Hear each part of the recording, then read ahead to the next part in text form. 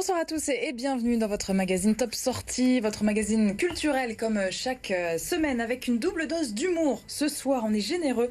Le duo comique originaire de Lille, les jumeaux révélés à la télévision il y a une dizaine d'années maintenant, est avec nous, Steven et Christopher. Bonsoir à tous les deux. Bonsoir. Qui est qui? Steven, Christopher. Merci beaucoup pour la petite précision. Vous serez au Colisée de Roubaix le 16 décembre pour la toute dernière représentation de votre spectacle Best of Grand Cru classé. Et Emmanuel Calafiore nous accompagne également. Bonsoir Emmanuel. Bonsoir à tous les trois. Et je vous propose tout de suite de découvrir un petit extrait de votre spectacle.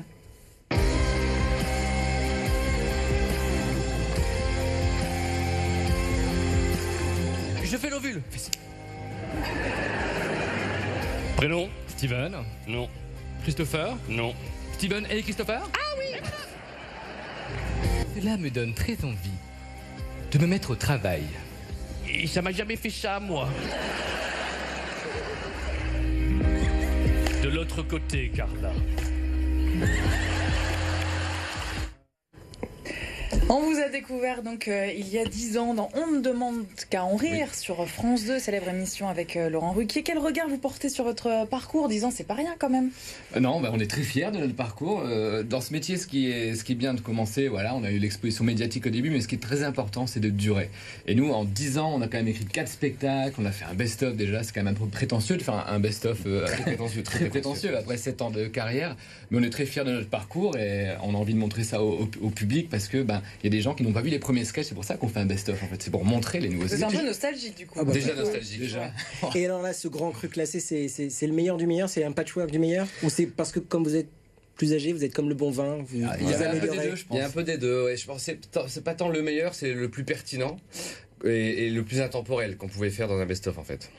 Alors dans ce spectacle, on a vu des extraits, Emmanuel Macron, François Hollande, Carla Bruni, ils prennent cher. Vous n'épargnez personne là. Oh non, personne. On y va, hein. Nicolas Sarkozy. Voilà. En fait, on fait très peu de name dropping. Dans l'humour, le name dropping, c'est de se moquer d'autres gens, d'autres personnes stars et tout. On en fait très peu, mais on y va sur les politiques parce qu'on se dit que c'est les plus puissants. Et les plus puissants, on peut les attaquer, donc on y va. Ça inspire aussi. Ah, ils nous inspirent beaucoup. C'est notre rôle de bouffon, hein, d'aller taper sur les plus puissants. Et en plus, on tape pas dessus, on fait des caricatures en fait. C'est-à-dire qu'on les incarne. Donc c'est encore plus drôle. C'est très bienveillant. C'est bien. Ouais. Bon, il faut pas que Brunier tombe sur un de nos sketchs. Voilà, c'est bienveillant.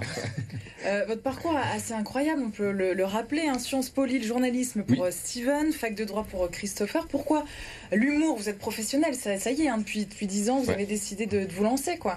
Ça n'a pas été évident à annoncer à nos parents, après Bac plus 10, de devoir faire de l'humour. C'est parce qu'on a ça en nous depuis qu'on est tout petit, en fait. Depuis qu'on est tout petit, on monte sur les scènes à la fin de l'école, les spectacles de fin d'année. Et on a eu l'opportunité, avec cette émission de Laurent Ruquier, de faire ça en professionnel. Alors pourquoi pas, quoi. Mais bon, c'est des bons bagages, hein. Sciences Po, fac de droit, ça mène à tout. Oui.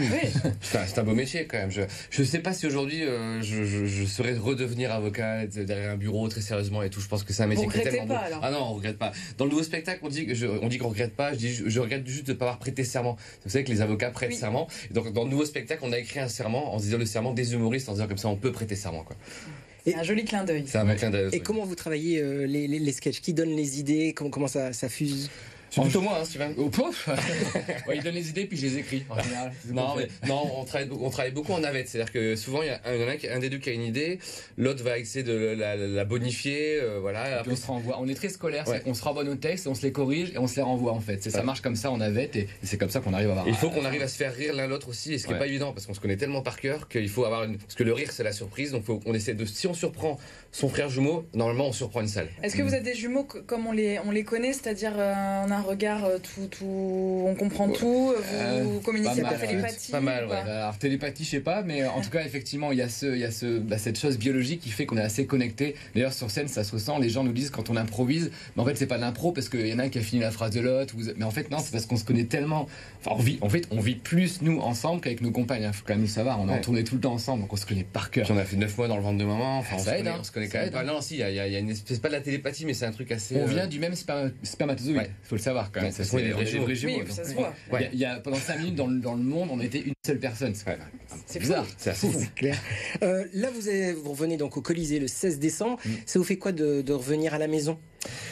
Déjà c'est la dernière, donc on avait vraiment à cœur de le faire dans la région, chez nous.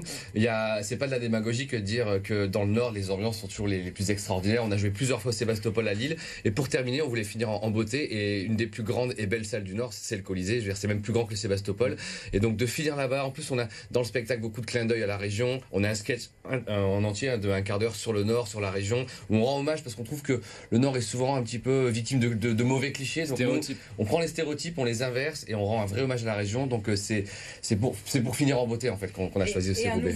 Un nouveau spectacle aussi, un bonjour au revoir s'il vous plaît. Merci, vous serez à Lille justement en janvier, en février. Vous partez sur quel thème pour cette nouvelle aventure? C'est un spectacle où on parle beaucoup plus de nous justement. On parle de nous quand on était petit, parce que dans le spectacle Best of on parle de notre naissance, mais on s'arrête là. Donc notre enfance, de l'éducation de nos parents, surtout notre père qui nous a éduqué un petit peu à la dure. C'est pour ça le titre, le bonjour. Voilà, au revoir s'il vous plaît, merci. C'est les 4 mots qu'on a le plus entendu quand on était petit, donc on le répète plusieurs fois dans le spectacle évidemment. Vous aussi j'imagine, enfin, c'est un truc, tout le monde l'a eu ça. Ouais, notre père il nous a dit plein de choses. Après il nous a aussi dit les phrases que tout le monde connaît. La phrase la plus connue des papas c'est moi à ton âge à Noël j'avais une orange. Voilà. Et le papa il rajoutait toujours et j'étais content pour être très culpabilisant. Donc on parle un peu de tout ça, mais on va aussi un peu se moquer de Macron parce qu'il faut quand même se moquer un peu de Macron. Et puis on parle de l'éducation, du fait qu'on soit devenu papa aujourd'hui aussi. Donc comment on retransmet un peu tout ça. Donc c'est très autobiographique, mais en même temps ça parle vraiment à tout le monde. Et on s'est rendu compte que ça parlait aussi bien aux enfants, même aux enfants de 10 ans, parce que ils se retrouvent dans l'éducation qu'aux mamies aujourd'hui, que ceux de notre âge. Donc on est très content d'avoir trouvé ce sujet-là. Vous êtes entouré pour la mise en scène justement, parce qu'à deux comme ça, il faut que ce soit hyper rythmé. Là on voit c'est un peu ping-pong. En fait notre metteur en scène c'est une caméra qu'on pose devant nous au spectacle. On n'a pas de metteur en scène et on se regarde. En fait on s'analyse, on analyse les images et on se met en scène l'un et l'autre. En fait on est très critique envers nous-mêmes, mais en se filmant on arrive toujours à avoir le rythme et tout ça. Mais ouais, c'est comme encore une fois c'est naturel. Sur scène on arrive à voir en direct ce qui va et ce qui va pas en fait. La caméra c'est rigolo. Est-ce que vous avez des envies de télé, de cinéma? Je pense les Baudins, Chevaliers du Ciel qui font du cinéma. Est-ce que ça vous plairait? Ouais, ça nous plairait. Je pense qu'en plus tous les deux on est des grands fans de cinéma. Le problème, comme tu l'as dit, c'est les Baudins ou les Chevaliers du Ciel, c'est des duos. Et en fait, si on a des projets cinéma, c'est forcément en duo. C'est compliqué de nous séparer l'un l'autre. Ou alors, il faudrait qu'il y en ait un qui a un agent et l'autre pas. Enfin voilà. Mais évidemment, on adore le cinéma. Et si on avait un projet de jumeaux au cinéma, là on a rigolé parce qu'il y a pas longtemps, il y a un film qui est sorti. Vous avez peut-être vu, c'est Jumeaux mais pas trop. Oui. Ils ont pris Ahmed Silla et Bertrand Huskla qui se ressemblent pas du tout. Après, c'est le projet du film. Oui, voilà. C'est de faire. Pour l'instant, vous êtes unis et il n'y a pas. Voilà, pour l'instant, mais les projets c'est ensemble. On adore la scène, donc pour l'instant, on continue la scène. C'est vraiment là où on est le mieux. Maintenant, de faire du cinéma dans les 5-10 ans, pourquoi pas? Et c'est vraiment. On s'entend mieux que le groupe Oasis qui se sont séparés, donc ça va. C'est vrai. Le remake Schwarzenegger de Vito, mais là, ce sera la même. Ah oui, le jumeau français. Je fais Schwarzenegger. Ouais, je vais faire de Vito. Merci beaucoup à tous les deux d'avoir été avec nous. Vous restez pour la suite du magazine le 16 décembre, donc au Colisée de Roubaix, les jumeaux.